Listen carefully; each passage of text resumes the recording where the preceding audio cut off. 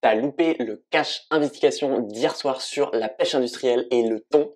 T'as de la chance, petit vénère, j'ai pas beaucoup dormi juste pour toi, pour te faire un résumé. Et si les poissons disparaissaient? En France, 8 ménages sur 10 ont du thon dans leur placard. Que ce soit en salade, dans nos sandwichs, dans des pâtes, etc., on en mange à toutes les sauces. C'est un des poissons les plus pêchés et aussi les plus convoités du coup, parce que ça représente quand même un business mondial de 33 milliards d'euros. Sauf que face à une demande des consommateurs, boum, qui explose, les industriels, ils ont développé une méthode de pêche hyper efficace, mais aussi hyper pas écolo du tout. Ça s'appelle le DCP. Je t'explique. Sur une boîte de thon de petits navires, par exemple, tu vois, c'est marqué dessus d'où il vient. Souvent, c'est l'océan Indien. Et dans le docu Cache Investigation, on voit l'équipe monter sur un thonier aux Seychelles. Il faut savoir que Victoria, la capitale des Seychelles, c'est le premier port thonier dans tout l'océan Indien. Bon, et en fait, ils montent pas sur un petit navire.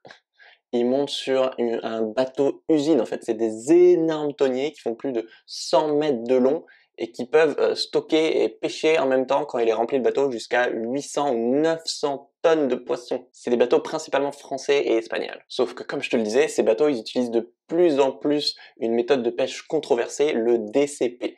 Le dispositif de concentration de poissons. C'est des structures flottantes qui capturent énormément de poissons et que les bateaux peuvent laisser un peu partout avant d'aller récolter leur récolte. Le problème du DCP, c'est qu'il attire plein d'autres poissons que celui que tu essaies de pêcher, en l'occurrence ici le thon. Donc tu as énormément de ce qu'on appelle des prises accessoires. Donc par exemple, là on voit dans le docu qu'ils vont pêcher plein de requins, qui en plus c'est une espèce de requin qui est menacée. Sauf que le temps qu'ils les pêchent, qu'ils les trient, qu'ils les mettent de côté sur le pont et qu'ils les rejettent à la mer, la plupart de ces poissons, ils sont déjà morts entre-temps. En 2017, la France a réalisé 78% de ses captures grâce à ce système de DCP. Et ensuite, sur le bateau, sur le thonier, ça s'appelle, tu vois les pêcheurs qui mesurent un par un les poissons, forcément pour évaluer leur récolte. Sauf que la très grande majorité de ces thons, en fait, ils font moins que 10 kg et 1 mètre. Ça veut dire que c'est des thons juvéniles.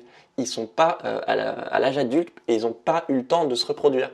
Et ça, c'est un vrai problème. Si tu pêches des thons qui n'ont pas eu le temps de faire des enfants, tu mets en danger le stock de poissons de l'espèce. Et donc, tu menaces l'espèce de disparition. Et tu vois dans le docu que les pêcheurs, ils sont préoccupés, mais ils disent, c'est l'ordre de l'entreprise. Et donc, voilà comment le thon albacore, c'est une espèce de thon qui est en surpêche et en surexploitation, pour des questions de rentabilité, risque de disparaître. Là, t'as Élise Lucet qui débarque et qui interviewe un grand responsable de la pêche au thon, en France et dans le monde, et il confirme clairement que c'est une espèce menacée et que cette méthode de DCP détruit le stock. Tu vois qu'il est vraiment conscient de la situation, sauf qu'en fait il sait pas trop quoi faire et surtout que c'est légal. Cerise sur le gâteau, cette méthode de pêche est soutenue financièrement par l'Union européenne. D'abord, l'Europe a passé des accords dans l'océan Indien, par exemple avec les Seychelles, où tu as des bateaux thoniers européens qui ont le droit d'aller pêcher là-bas 50 000 tonnes de thon par an,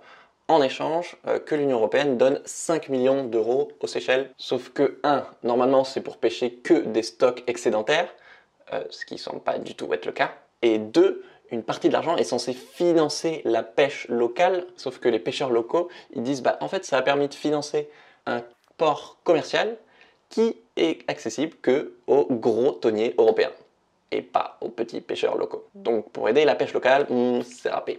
Bref, nos impôts servent à financer la surpêche. Et c'est pas que à l'autre bout du monde. Ils présentent un autre dispositif en France et notamment à Sète. Pour soi-disant limiter la surpêche, on a imposé des quotas de volume que tu peux pêcher par armateur. Sauf qu'ils sont disproportionnés entre les gros armateurs qui brassent beaucoup de volume et les petits pêcheurs artisans qui récupèrent les miettes en gros. Alors c'est normal que les gros bateaux pêchent plus que les petits, sauf que là c'est à un tel point que les bateaux des gros armateurs sont à quai la plupart de l'année. Tellement c'est rentable d'aller juste pêcher quelques semaines dans l'année. En plus de ça, on a financé une capacité de pêche qui est beaucoup trop élevée et qui du coup menace le stock de poissons. Et en plus de ça, tu as tout un dispositif de subvention, de PSF, de plan de sortie de la flotte, pour aider financièrement tous ces bateaux à sortir de la pêche. Donc c'est le double jackpot pour eux. Alors, après avoir bien badé, quelles sont des pistes de solutions pour agir ? Déjà pour dézoomer et avoir un peu plus une vue d'ensemble, il y a un océanographe, il y a beaucoup de syllabes quand même, qui explique qu'il y a 30% des espèces de poissons qui se sont effondrées ces dernières décennies, 30% d'autres poissons qui sont en danger à court terme et 30% qui sont en danger, qui risquent de disparaître d'ici 2040, d'ici 2050. Donc c'est pas joli joli. Alors premièrement, il faut interdire certaines techniques de pêche comme le DCP dont je viens de te parler. 2, il faut davantage protéger les océans et créer d'immenses zones où on ne va pas pêcher de manière industrielle et mettre en danger les stocks de poissons. Et 3, au niveau individuel, évidemment, on peut réduire notre consommation de poissons, voire idéalement devenir végétarien. Mais si tu manges du poisson, privilégier les poissons de saison qui sont meilleurs et souvent moins chers. Varier les espèces consommées pour mettre moins d'espèces en danger. Regardez sur les boîtes si c'est marqué pêcher à la canne ou à la ligne. Dans ce cas, c'est plus intéressant, c'est plus écolo parce qu'il n'y a pas de prise accessoire au moment où ils pêchent. Ils détruisent pas plein d'autres poissons qu'ils rejettent à la mer morts. Je te mets le classement France de Greenpeace des marques qu'il faut privilégier selon eux. Ils prennent en compte l'espèce de poisson, si elle est menacée ou pas, et la technique de pêche. Et s'il n'y a rien marqué comme méthode de pêche sur ta boîte de thon notamment, c'est pas très bon signe. Abonne-toi pour découvrir d'autres résumés d'émissions ou de livres qui veulent changer le monde. La question du jour c'est, et toi, t'en penses quoi de tout ça? Ciao!